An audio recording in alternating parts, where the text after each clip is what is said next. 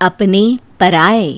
घर की लड़ाइयाँ कितनी भी हो, लेकिन ये भी सच है कि किसी पर कोई आपत्ति हो तो अपना ही परिवार साथ देता है। भैया, मेरे पीछे पुलिस लगी है, प्लीज मुझे बचा लो। रवि और राज दो भाई, लेकिन दोनों में कभी नहीं पटी।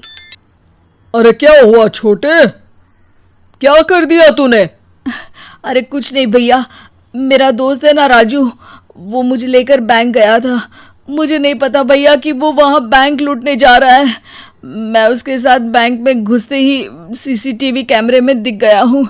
अब पुलिस मुझे ढूंढ रही है भैया, मुझे बचा लो। राज कुछ सोचता है, फिर कहता है, ओके, तुम यहीं रुको, मेरा एक दोस्त पुलिस में है, मैं बात करता हूँ। तभी वहाँ रवि की बीवी राज की बीवी के साथ आ जाती है। तुम लोगों के घर जब तक पुलिस का आना जाना है, बच्चों को यहीं छोड़ दो, उन पर असर ठीक नहीं पड़ेगा।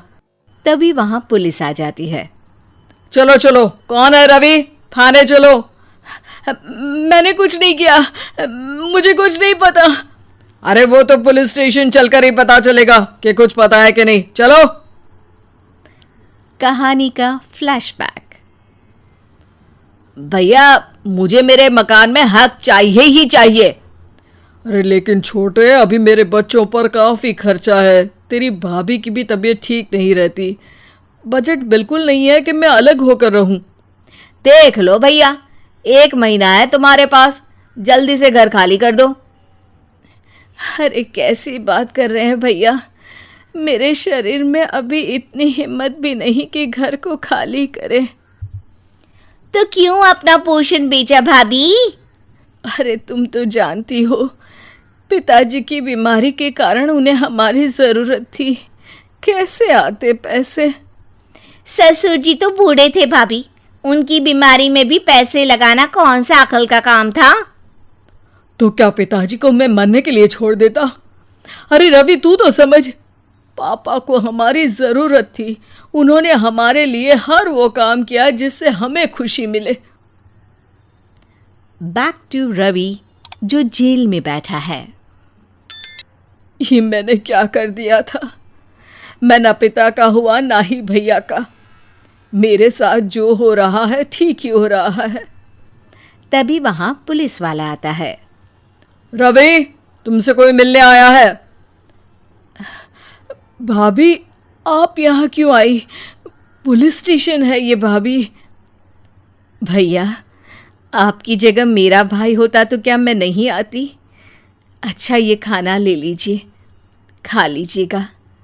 आपके भैया लगे हैं वकीलों और पुलिस वालों से बात करने में, डरने की कोई बात नहीं, जब आपने गुनाह किया ही नहीं तो सज़ा भी नहीं मिलेगी।